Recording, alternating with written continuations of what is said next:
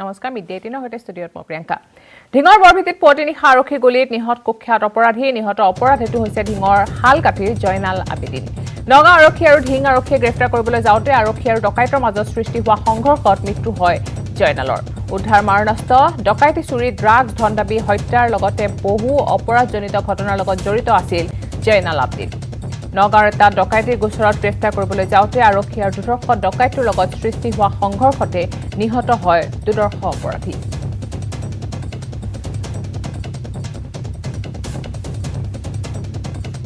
মই 4টা বজাত তেখেতৰ ইয়াত আমি পাইছোঁ ইমাৰ্জেঞ্চি কাউণ্টাৰত তেখেতক আমি এক্সামিন কৰিলোঁ কোনো তেখেতৰ আমি জীয়াই থকাৰ কোনো আমি চাইন পোৱা নাই ইয়াতে তেখেতৰ ভৰিত দুটা গুলি লাগিছে তাৰ পৰা ব্লিডিং হৈছে বহুত ব্লিডিং হোৱাৰ কাৰণে তেখেতৰ খুব সোনকালে মৃত্যু হৈছে কেইটা গুলি লাগিছে দুটাহে গুলি আমি পাইছোঁ ইয়াতে নগাঁৱৰ বৰঘাটত গুলীচালনা ঘটনা আৰক্ষীৰ গুলীত আহত হয় দুৰ্ধৰ্ষ ড্ৰাগছ মাফিয়া আহত ড্ৰাগছ মাফিয়াৰ নাম হৈছে আজিজুল হক এএছপি ধ্ৰুৱ বৰাৰ নেতৃত্বত চলিছিল অভিযান এখন বাইকত আহি আছিল ড্ৰাগছ মাফিয়াটো আৰক্ষীক দেখি পলায়নৰ চেষ্টা চলাওঁতে গুলীচালনা কৰে আৰক্ষীয়ে আৰু গুলীবিদ্ধ আজিজুলক নগাঁও অসামৰিক চিকিৎসালয়ত ভৰ্তি কৰোৱা হয়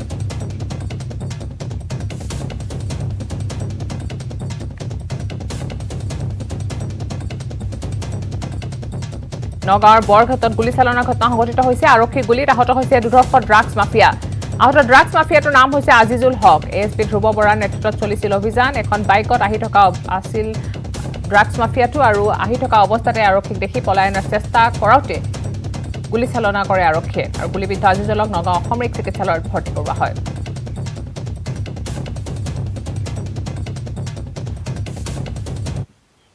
বজালিৰ পুখা কেতেকীবাৰীত কালদিয়া নৈৰ খহনীয়াই নিদ্ৰা হৰণ কৰিছে অঞ্চলবাসীৰ খহনীয়াত ইতিমধ্যে গাঁওখনৰ ২০-২৫ বিঘা কৃষিভূমি নৈৰ বুকুত বিলীন হোৱাৰ বিপৰীতে ভাবুকি কঢ়ি আছে কেইবাটাও পৰিয়ালৰ খেতি-বাতিলৈ খেতি-বাতি হেৰুৱাই দিশহাৰা হৈ পৰিছে নৈ পৰিয়াল লোকসকল আমাৰ সাংবাদিক ধ্ৰুৱজ্যোতি তালুকদাৰৰ বিশেষ প্ৰতিবেদন মই বৰ্তমান উপস্থিত আছোঁ বজালি জিলাৰ পোখা কেতেকীবাৰী গাঁৱত পোখা কেতেকীবাৰী গাঁৱৰ মাজেৰে বৈ যোৱা কালদিয়া নৈৰ যি গৰাখহনীয়াই প্ৰায় ২০-২৫ বছৰ ধৰি এই অঞ্চলত সমস্যাৰ সৃষ্টি কৰি আহিছে বিভাগীয়ভাৱে কিছু ক্ষেত্ৰত পাৰ্কুপাইন দিয়াৰ ব্যৱস্থা কৰে যদিও এয়া যথেষ্ট নহয় কিয়নো এই এনেধৰণে যি পাৰ্কুপাইনৰ ব্যৱস্থা কৰিছিল বিভাগীয়ভাৱে এই পাৰ্কুপাইনসমূহ কিছু পানী আহিলেই উটি যায় যাৰ ফলত বিভাগৰ সোণৰ কণী পৰা হাঁহত পৰিণত হৈছে এই পোখা কেতেকীবাৰীৰ গৰাখহনীয়া ইয়াৰ সমান্তৰালভাৱে এই যি গাঁও এই গাঁওখনৰ যি পথ এই পথ এতিয়াও পকীকৰণ হোৱা নাই এটা শিলগুটিও আজিলৈ পোৱা নাই যাৰ ফলত যাতায়াতৰ ক্ষেত্ৰতো এই পোখা কেতেকীবাৰীৰ প্ৰায় ২০০টা পৰিয়ালে জমজটনা ভুগি আহিব লগা হৈছে এই সময়ত আমাৰ লগত স্থানীয় লোক উপস্থিত আছে তেওঁলোকৰ পৰা জানিব বিচাৰিম গৰাখহনীয়াৰ সমস্যাটো কেনেকুৱা আপোনালোকৰ ইয়াত গৰাখহনীয়াৰ আজি ২০-২৫ বছৰমান গৰাখহনীয়া হৈ গ'ল আৰু ৰাস্তাবিলাক চব ভাঙি চিঙি লৈ গ'ল ইয়াত কোনো একো চৰকাৰে ব্যৱস্থা লোৱা নাই কিন্তু আজি 2 বছৰ আগতে এই পাৰ্কুপ এনে পাতল কৰি 2-4খন দিছে দিয়াৰ সেইবাবে একো ৰাস্তাৰো একো উন্নতি নাই আৰু নদীও আৰু হোৱা নাই হয় আৰু এজন ব্যক্তি আছে তেওঁৰ পৰা জানিব বিচাৰিম যে দাদা এই যি গৰাখহনীয়া বিগত ২০-২৫ বছৰ ধৰি সমস্যাৰ সন্মুখীন হৈ আহিছে সামান্য পাৰ্কুপাইন দিয়ে সোণৰ কণী পৰা হাঁহৰ লেখীয়া ইয়াৰ পৰা বিভাগীয়ভাৱে টকা উলিয়াই লৈ যোৱা হয় কি কয় এই ক্ষেত্ৰত মই বিশেষকৈ ক'ম আমাৰ যিটো গৰাখহনীয়া সমস্যা এইটো তাৰমানে 2-এখন পাৰ্কুপাইন দিয়ে যথেষ্ট কৰি থৈ যায় কিন্তু আমাৰ সেই পাৰ্কুপাইনে কোনো উপকাৰ দিয়া নাই যদি আমাৰ বিভাগীয় কৰ্তৃপক্ষই অলপ পাৰ্কুপাইন বেছিকৈ দিলেহেঁতেন তেতিয়াহ'লে অলপ আমি সকাহ হ'লো হয় আৰু বানপানীয়ে আমাৰ এই যিটো ৰাস্তা মথাউৰি আছে মথাউৰি ছিঙি আমাৰ খেতিপথাৰখন তাৰমানে নষ্ট কৰি পেলায় সেইটো এটা তেখেতসকলে যদি সমস্যাটো সমাধান কৰি দিয়ে আমাৰ এই 200টা পৰিয়ালে নথৈ অলপ মানে সুখী হ'লহেঁতেন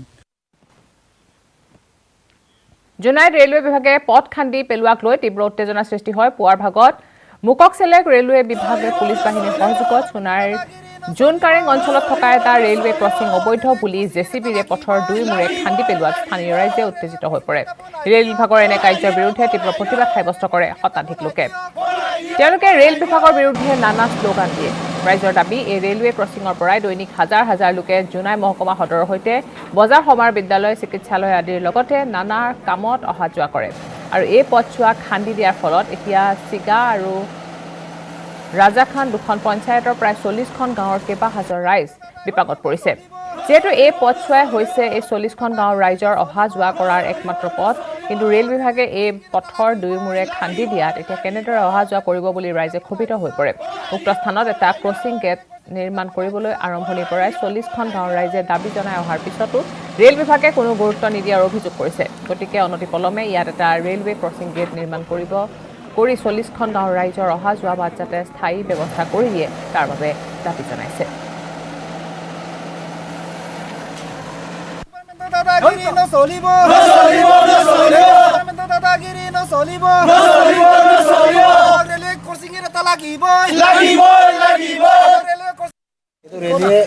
ৰেলৱে কিবা ষ্টেচনৰ সমীপত আছে। ইয়াৰ কাৰণে আমি ৰেলৱে ক্ৰছিং গেটৰ কাৰণে আমি বহুত বছৰ ধৰি আমি ৰেলৱে ডিপাৰ্টমেণ্টক ডিমাণ্ড দি আছোঁ আৰু মাজে মাজে আমি ধৰ্ণাও দি আছোঁ, কিন্তু আজিলৈকে কোনো ধৰণৰ সঁহাৰি পোৱা নাই। সেইকাৰণে কালি ইয়াত এনেকুৱা ফলত কালি এটা ঘটনা ঘটি গৈছে। ইয়াত মানে অটো এটা এক্সিডেণ্ট হৈছে, সেইটো লৈ আকৌ আজি পটককৈ আহি ইয়াত আমাক মানে ৰাস্তাটো ব্লক কৰি দিছে ৰেলৱে ডিপাৰ্টমেণ্টৰ পৰা। সেইকাৰণে ক'ব বিচাৰিছোঁ যে ইমান ভিতৰত আমাৰ ভিতৰত কমচে কম 2টা পঞ্চায়ত আছে, 40তাতকৈ অধিক গাঁও আছে। কি পঞ্চায়ত আছে? ৰাজাখানা পঞ্চায়ত, চিগা পঞ্চায়ত আছে আৰু 40টাতকৈ অধিক গাঁও আছে আৰু কমেও 40,000 মানুহ আছে আৰু প্ৰত্যেক দিনে ইয়াত 5,000 10,000 মানুহ ইয়াত ট্ৰেঞ্জেকশ্যন অৰ্থাৎ অহা যোৱা কৰি থাকে। সেইকাৰণে আমাৰ বহুত সমস্যাৰ এতিয়া সন্মুখীন হ'ব। এক হৃদয় বিদাৰক ঘটনা। 4টা এমাহ সন্তানক এৰি থৈ গৈছে নিষ্ঠুৰ পিতৃ মাতৃয়ে। লবকাৰ ৰাজচক্ৰৰ অন্তৰ্গত ঘনিয়াৰ পাৰহাৰ হালিমা বেগম আৰু আলাউদ্দিনৰ তুলনীয়া পুত্ৰ ইকবাল আৰু তেওঁৰ পত্নীয়ে সংঘটিত কৰিছে এই জঘন্য কাণ্ড। 4টা সন্তান জন্ম হোৱাৰ পিছতে ইকবালে পত্নী আৰু সন্তানক এৰি আন এগৰাকী মহিলাক বিয়া কৰায়। কিছুদিন পিছতে নিষ্ঠুৰ মাতৃ সন্তানকেইটাকো এৰি বেলেগ স্বামীৰ সৈতে বিয়াত বহে। গাখীৰ খোৱা সন্তানসহ 4টাকৈ সন্তানক বৃদ্ধা আইতাকৰ ওচৰত থৈ আহে নিষ্ঠুৰ মাতৃগৰাকীয়ে। এই কণ সন্তানকেইটাক লৈ এতিয়া বৃদ্ধা আইতাকগৰাকী সম্প্ৰতি পৰিছে মহাবিপদত। খচি মাগি আনি 4টাকে এমাহ সন্তানক পোহপাল দিছে বৃদ্ধা হালিমা বেগমে। কিন্তু সন্তানকেইটাৰ ভৱিষ্যতক লৈ চিন্তিত হৈ পৰিছে বৃদ্ধাগৰাকী। সেয়েহে শিশুকেইটাৰ কিবা এটা ব্যৱস্থা কৰি দিবলৈ চৰকাৰ তথা ৰাজ্যলৈ কাঠৰ আহ্বান জনাইছে। শিশুকেইটাৰ পাষাণ পিতৃ মাতৃৰ বিৰুদ্ধে কঠোৰ ব্যৱস্থা গ্ৰহণৰ দাবী জনাইছে স্থানীয় লোকে। এমাহ শিশুকেইটাক অনাথ আশ্ৰম বা কোনো হৃদয়বান লোকে সহায় কৰিব বিচাৰিলে 7002262698 নম্বৰত যোগাযোগ কৰিবলৈ আহ্বান জনাইছে। এতিয়া চাওক কোন ল'ৰা ছোৱালী এইকেইটাৰ এতিয়া পৰিয়ালটো দুখীয়া পৰিয়াল, সেই হিচাপত এতিয়া পৰিয়ালটো পোহপাল কৰাত বহুত কষ্ট হৈ গৈছে। এই ঘৰৰ মুৰব্বী যিজন সেইজনৰ মৃত্যু হ'ল, তাৰপিছত একমাত্ৰ উপাৰ্জনকাৰী আছিল ল'ৰাটো। তেতিয়া ল'ৰাটো যেতিয়া ঘৰৰ পৰা সিহঁতক এৰি পলাই গৈছে, তাৰ দুই বছৰমান হৈ গৈছে। তাৰ প্ৰথম মাইকীজনী সিও মানে এইটো যেতিয়া তেওঁ ইকবাল নামৰ ল'ৰাজনে ঘৰত কোনো টকা পইচা সা সুবিধা নিদিয়ে, তাৰপিছত এই মাইকীজনীও পলাই গ'ল। এই পাষাণ হৃদয়ৰ এই যিজন মানে ইকবাল হুছেইন, বাবু বুলিও মাতে তাক, ই কি কৰিলে 4টা সন্তানক এৰি থৈ সি বেলেগ এজনী এই তিৰোতাক বিয়া কৰাই সি গুচি গ'ল এইখন ঘৰৰ পৰা। আৰু এই ল'ৰাকেইটাৰ যিজন মাতৃ আছিল সেইজনেও কি কৰিলে এই ল'ৰা 4টাক এৰি থৈ পেলাই বেলেগ এজন স্বামী গ্ৰহণ কৰি বেলেগলৈ গুচি গ'ল। এতিয়া এই ঘৰখনত যিজন বুঢ়ী তাৰ আইতা আছে, আইতাজনী একচুৱেলি তাইৰ নিজৰ আইতা নহয় যদিও তাই মানে এতিয়া চৰকাৰী যিখিনি কাৰ্ডৰ চাউল যিখিনি পায় এইখিনিৰ পৰা এটা অংশ বিক্ৰী কৰি আৰু এটা অংশৰ পৰা বিক্ৰী কৰি বাকীখিনি চব্জি তব্জিৰ ব্যৱস্থা কৰে আৰু বাকী টকাখিনি মানে এই ল'ৰা 4টাক খুৱাই বা নিজেও খায়। বিৰাট কষ্ট কৰি আছে। মোক আহি কোৱাৰ পিছত মই দেখিলোঁতো উপায় নাই, এতিয়া কি কৰিম। আমি অলপ সহায় কৰিছোঁ যদিও এইখিনি সহায়টো আমি আৰু আমাৰ হ'ল অস্থায়ী সহায়। বান আৰু খহনীয়াত ক্ৰস্তমান ঢিঙৰ এটা নৈপৰীয়া অঞ্চল। ব্ৰহ্মপুত্ৰ খহনীয়াই ঢিঙৰ মেমামাৰী অঞ্চলৰ 4খনকৈ গাঁৱত আনিছে চৰম ভাবুকি। সম্প্ৰতি লুইতৰ বুকুত সম্পূৰ্ণকৈ বিলীন হোৱাৰ পথত মহামাৰী গতি কৰা বিৰিঙাবাৰী আৰু কাজলী পথাৰ গাঁও। ইতিমধ্যে গাঁওকেইখনৰ 80% নদীৰ বুকুত বিলীন গৈছে। গৃহহীন লোকে মাথাউৰিত আশ্ৰয় ল'বলৈ বাধ্য হৈছে। গাঁওকেইখনৰ শ বিঘা কৃষিভূমিৰ লগতে চৰকাৰী বেচৰকাৰী বিদ্যালয়, ধৰ্মীয় অনুষ্ঠান প্ৰতিষ্ঠান নদীৰ বুকুত জাহ গৈছে। গাঁওকেইখনৰ শ বিঘা কৃষিভূমিৰ লগতে চৰকাৰী বেচৰকাৰী বিদ্যালয়, ধৰ্মীয় অনুষ্ঠান জাহ গৈছে নদীৰ বুকুত। মহামাৰী গতি কৰা বিৰিংগাবাৰী কাজলী পথাৰ, এই 4খন গাঁও ব্ৰহ্মপুত্ৰত জাহ গৈছে। ইতিমধ্যে দুখন গাঁও সম্পূৰ্ণৰূপে ব্ৰহ্মপুত্ৰত বিলীন হৈ গৈছে আৰু দুখন গাঁও কাজলীপথাৰ আৰু মোৱামাৰীতো অলপ অলপ অংশ আছে। আমি য'ত উপস্থিত আছোঁ এইখন বিদ্যালয় মোৱামাৰী মুক্তা বিদ্যালয়, এই বিদ্যালয়তে আমি আদিপাঠ গ্ৰহণ কৰিছিলোঁ। কিন্তু আজি এই বিদ্যালয়খনো ব্ৰহ্মপুত্ৰত বিলীন হ'ব লগা হৈ আছে। গতিকে মই আমাৰ বিভাগীয় কৰ্তৃপক্ষক, শিক্ষা বিভাগেই হওক, আমাৰ জলসম্পদ বিভাগেই হওক, বিভাগীয় কৰ্তৃপক্ষক এই অঞ্চলটো পৰিভ্ৰমণ কৰি এই বিদ্যালয়খন ৰক্ষাৰ ক্ষেত্ৰত কিবা ব্যৱস্থা গ্ৰহণ কৰিবৰ কাৰণে মই অনুৰোধ জনাইছোঁ। ভৰ বাৰিষাত পাৰ্কোপাইনেৰে গৰাখহনীয়া ৰোধৰ বৃথা চেষ্টা জলসম্পদ বিভাগৰ। কলিয়াবৰৰ শিলঘাটত সংঘটিত জলসম্পদ বিভাগৰ কামৰ নমুনাই হতবাক কৰিছে স্থানীয় লোকক। শিলঘাটৰ ৰবৰবাৰী গাঁৱত অব্যাহত ব্ৰহ্মপুত্ৰৰ গৰাখহনীয়া ৰোধৰ বাবে জলসম্পদ বিভাগৰ পুনৰ পাৰ্কোপাইনৰ ব্যৱস্থাত অসন্তুষ্ট হৈ নৈপৰীয়া ৰাইজসকল। বিগত 4-5 বছৰ ধৰি দ্ৰুতগতিত অব্যাহত গৰাখহনীয়া ৰোধৰ বাবে প্ৰতি বছৰে পাৰ্কোপাইন পেলাই দায়িত্ব সামৰে জলসম্পদ বিভাগে। ভৰ বাৰিষাত গাঁৱৰ পৰা যধে মধে লুইতৰ বুকুত বিসৰ্জন দিছে কোটিটকীয়া আঁচনিৰ পাৰ্কোপাইন। কিন্তু শিলঘাটৰ ৰবৰবাৰী অঞ্চলত ৰোধ হোৱা নাই লুইতৰ কালৰূপ। নিশ্চিন্ন হৈ পৰিছে গাঁওখনৰ হাজাৰ হাজাৰ বিঘা ভূমি। লুইতৰ বুকুত জাহ গৈছে শিলঘাট অশোকাষ্টমী মেলা পথাৰ, ভাবুকি অসম সমবায় মৰাপত কললৈও। অঞ্চলটোত গৰাখহনীয়া ৰোধৰ বাবে স্থানীয় লোকসকলে স্থায়ী সমাধানৰ ব্যৱস্থা কৰিবৰ বাবে দাবী জনাইছে।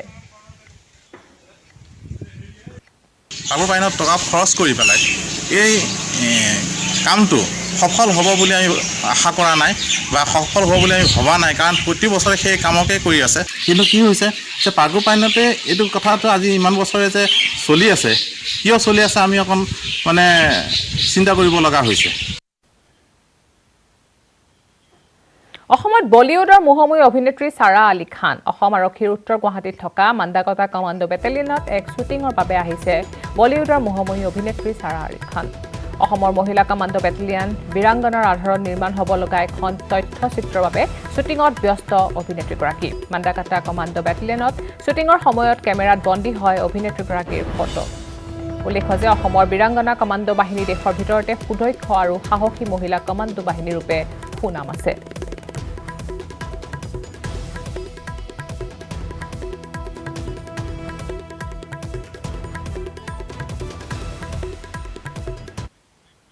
আৰু আছে খবৰ, কিন্তু তাৰ আগতে লৈছে এটা সৰু বিৰতি। স্ট্ৰং মানে জানেনে মাইথন, স্ট্ৰং মানে মাইথন নিৰ্মাণৰ মানদণ্ড।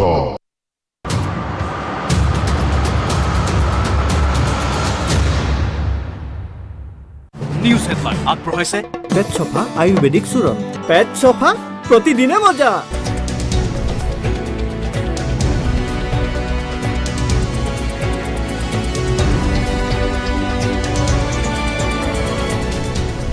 নিউজ হেডলাইন আগবঢ়াইছে পেট চফা আয়ুৰ্বেদিক চূৰণ। পেট চফা প্ৰতিদিনে মজা। 1200 plus reporters, 66.9 crore viewers. India's largest news network, News 18 Network.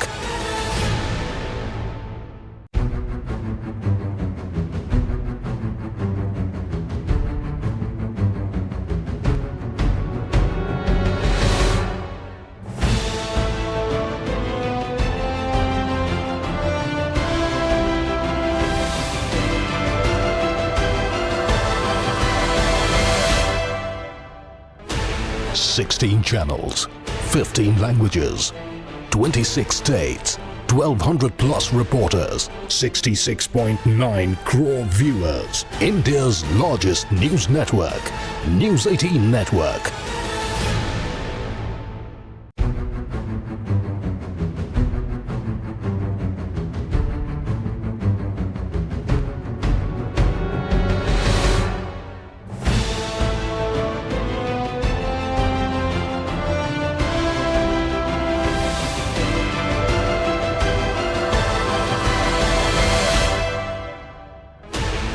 Sixteen channels, 15 languages, 26 states, 1200 plus reporters, 66.9 crore viewers. India's largest news network, News 18 Network.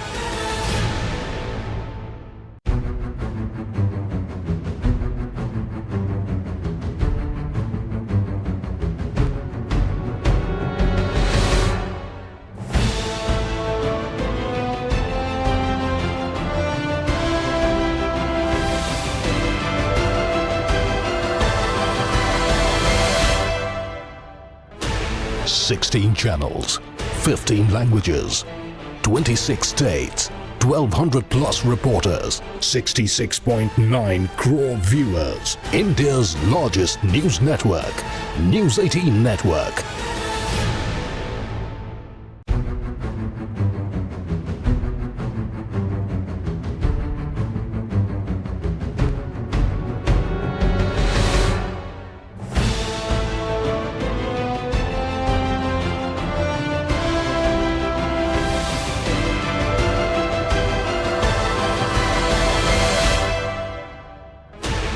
Sixteen channels, 15 languages, 26 states, 1,200 plus reporters, 66.9 crore viewers. India's largest news network, News 18 Network.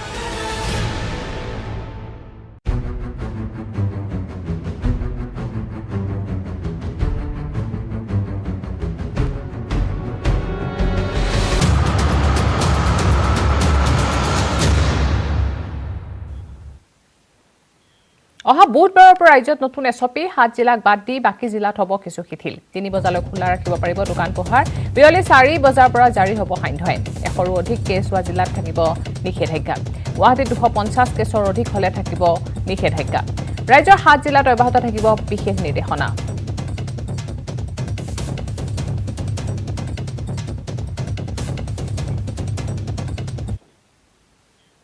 গহপুৰত এতিয়াৰ পৰা পূৰ্বৰ 5 বজাৰ পৰিৱৰ্তে গেলামালৰ দোকান হ'ব দিনৰ 12 বজালৈকে খুলিব পাৰিব কৃষি বিভাগৰ অনুমতি পোৱা সকলে দিনৰ 12 বজালৈকে ঘৰে ঘৰে গৈ বিক্ৰী কৰিব পাৰিব শাক-পাচলি সকলো ব্যক্তিগত নিৰ্মাণ কাৰ্য বন্ধৰ নিৰ্দেশ দিয়া হৈছে বিশ্বনাথ জিলা প্ৰশাসনে এই নিৰ্দেশ দিয়াৰ পিছতে গহপুৰত প্ৰযোজ্য হৈছে এই নতুন নীতি নিৰ্দেশনা কোভিডৰ অপৰিৱৰ্তিত অৱস্থাৰ প্ৰতি লক্ষ্য ৰাখিয়ে এই নীতি নিৰ্দেশনা জাৰি কৰা হয় গহপুৰত বৰ্তমানলৈকে গহপুৰত কোভিড আক্ৰান্ত চিনাক্ত হৈছে 2500 জন সুস্থ হৈ ঘৰলৈ উভতিছে 2154 জন মুঠ ভেকচিন প্ৰদান কৰা হৈছে 57118 গৰাকীক এই সন্দৰ্ভত আমাৰ গহপুৰৰ সাংবাদিক পলাশ ফুকনৰ বিশেষ প্ৰতিবেদন হয় নিশ্চয়কৈ বিশ্বনাথ জিলাৰ গহপুৰত এদিন যদি কোভিড আক্ৰান্তৰ সংখ্যা বাঢ়িছে এদিন কমিছে এক প্ৰকাৰ উদ্বেগজনক অৱস্থাত আছে গহপুৰৰ কোভিড পৰিস্থিতি আৰু যেহেতু বিশ্বনাথ জিলা প্ৰশাসনে নতুন এছপি জাৰি কৰিছে আৰু হেয়া গহপুৰ মহকুমাটোত নতুন এছপি জাৰি কৰা হৈছে যিসমূহ গেলামালৰ দোকান পূৰ্বৰ 5 বজাৰ পৰিৱৰ্তে 12 বজালৈকে খোলাৰ নিৰ্দেশ দিছে আৰু যি ব্যক্তিগত গৃহ নিৰ্মাণৰ কাৰ্য সেইসমূহ সম্পূৰ্ণৰূপে বন্ধ ৰখাৰ নিৰ্দেশ জাৰি কৰিছে এছপিত আৰু যি শাক-পাচলিৰ ব্যৱসায়ীসকল আছে তেওঁলোকে কৃষি বিভাগৰ অনুমতি সাপেক্ষে ঘৰে ঘৰে শাক-পাচলি 12 বজাৰ আগলৈকে বিক্ৰী কৰিব পাৰিব আৰু মই বৰ্তমান উপস্থিত আছোঁ গহপুৰৰ ডাঠকলা বাকৰিদলনি অঞ্চলত আৰু সতীৰ্থই দেখাব এনেদৰে দোকানসমূহ খুলি ৰাখিছে আৰু পূৰ্বতে 5 বজালৈকে ৰাখিছিল কিন্তু এতিয়া 12 বজালৈকে যেহেতু নতুন এছপিত বিশ্বনাথ জিলাৰ নতুন এছপিত প্ৰকাশ কৰিছে যে 12 বজালৈকে খোলা ৰাখিব পাৰিব ব্যৱসায়ী আছে দাদা অকণমান এইফালে আহিব কওকচোন যেহেতু পূৰ্বতে 5 বজালৈকে খুলিছিল আৰু এতিয়া নতুন এছপি জাৰি কৰিছে আৰু গহপুৰৰ যি কোভিড পৰিস্থিতি সেয়া কিন্তু অপৰিৱৰ্তিত অৱস্থা আছে কি ক'ব যিটো কৰিছে চৰকাৰ ভালেই কৰি আছে জনসাধাৰণৰ ভালৰ কাৰণে চিন্তা কৰি আগতকৈ অকণমান টাইমটো চেঞ্জ কৰি দিছে যিহেতু যিটো সময়ত মানুহৰ ভিৰ এটা হয় সেইটো সময় বন্ধ কৰি পেলাই 12টা বজাত বন্ধ কৰাৰ সিদ্ধান্ত লৈছে দোকান পোহাৰবিলাক আৰু চৰকাৰে যিটো সিদ্ধান্ত লৈছে অতিকৈ ভাল সিদ্ধান্ত লৈছে যেনেকৈ হ'লেও অকণমান হ'লেও এটা পৰিৱৰ্তন হ'বগৈ আৰু ৰাইজৰ লাভ হ'ব বিশেষকৈ আৰু আমিওতো এতিয়া সময়মতে দোকান বন্ধ কৰিবলৈ সাজু হৈ আছোঁ কিয় 12টা বজাৰ আগত আমি দোকান বন্ধ কৰিম নিশ্চয়কৈ আচলতে এনেদৰে যিহেতু গহপুৰত বৰ্তমানলৈকে 2459 গৰাকী কোভিড আক্ৰান্তৰ সংখ্যা হৈছে আৰু তাৰ অনুপাতে যদি আমি এক্টিভ কেছ চাওঁ প্ৰায় 300ৰো অধিক গতিকে এক্টিভ কেছৰ সংখ্যা কিছু হ্ৰাস পাইছে কিন্তু তথাপিও ক'ব নোৱাৰি যে আক্ৰান্তৰ সংখ্যা হ্ৰাস পাইছে কাৰণ অপৰিৱৰ্তিত অৱস্থাত আছে আৰু ব্যৱসায় আছে আমি কথা পাতিম দাদা কওকচোন যিহেতু গহপুৰ মহকুমাত আপোনালোকে পূৰ্বতে 5 বজালৈকে খুলিছিল গেলামালৰ দোকানসমূহ এতিয়া 12 বজালৈ নীতি নিৰ্দেশনা জাৰি কৰিছে কি ক'ব হয় আমি আগতে 5টা বজালৈকে দোকান খুলিছিলোঁ এতিয়া আমি 12টা বজাত দোকান বন্ধ কৰিম ব্যৱসায় বাণিজ্য কেনেকুৱা চলিছে ব্যৱসায় বাণিজ্য নাই একেবাৰে মানুহ কোনো লৈ অহা নাই কিছুমান আমি হোম ডেলিভাৰী দি দিওঁ কিছুমানে 1-2জন আহে আৰু ইয়ালৈ হয় নিশ্চয়কৈ এতিয়া গহপুৰ মহকুমাত 18জন কোভিড আক্ৰান্ত হৈ মৃত্যু হৈছে আৰু যি 311জন বৰ্তমান এক্টিভ কেছ আছে আৰু যেহেতু শেহতীয়াকৈ চৰকাৰে বিশ্বনাথ জিলাত যি গহপুৰ হয় গহপুৰতো নতুন SOPৰ প্ৰভাৱ পৰিছে ব্যৱসায় বাণিজ্য ঠিক তেওঁলোকৰ খুব লাভজনক হোৱা নাই কাৰণ ৰাইজ ওলাই অহা নাই আৰু এবাৰ আমি গৈছো মুখ্যমন্ত্ৰীৰ সংবাদমেলৰ মাজলৈ within the territory of Assam. But it happened in the presence of high-level police team and DC. But as you know, we were in our side of the boundary. There was no bomb blast in the side of Assam. If any bomb blast take place in the side of Assam, we will take strongest possible action. But as it was, we heard the sound of the bomb, but it was well within the territory of Mizoram. So it is for the Mizoram police to take cognizance of the crime. Mizoram Chief Minister Zoramthanga has tweeted saying that Assam was offensive yesterday. Now we are building some roads within the constitutional boundary of Assam, and we are not going to take an inch of land from the Mizoram. Rather, I am willing to discuss and settle the border problem, and I have written to Chief Minister Mizoram that let us take picture from satellite on the position of boundary as on today, and let us observe complete peace in the boundary, give the boundary to Central Police Force. So our position is very very clear. আপোনালোকে জানে যে যোৱা কোভিডৰ 2টা ঢৌত আমি বহুগৰাকী ব্যক্তিক হেৰুৱাইছোঁ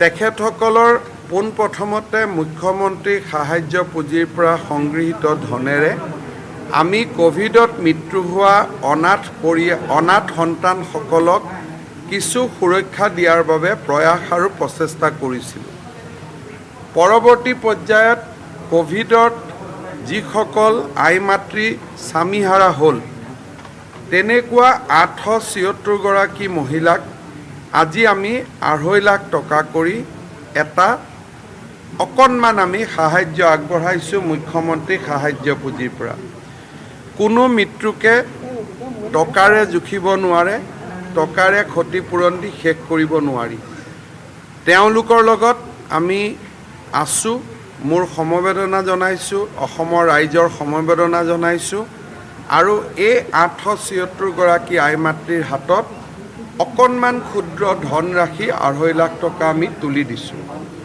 গুৱাহাটীৰ ওচৰৰ জিলা কেইখনৰ হিতাধিকাৰীসকলক আমি ইয়াত মাতিছিলোঁ বাকী হিতাধিকাৰীসকলৰ পুঁজি ডিব্ৰুগড় তিনিচুকীয়া লখিমপুৰ বৰাক ভেলী এই গোটেইবোৰ মোৰ সতীৰ্থ মন্ত্ৰীসকলে লৈ যাব আৰু অহা শনিবাৰ ৰবিবাৰে তাক বিতৰণ কৰিব ইয়াৰ পিছত অনাথ শিশুসকলক অলপমান চোৱাৰ পিছত বিধৱা আই মাতৃসকলৰ লগত কিছু থিয় হোৱাৰ পিছত পৰৱৰ্তী পৰ্যায়ত কোভিডত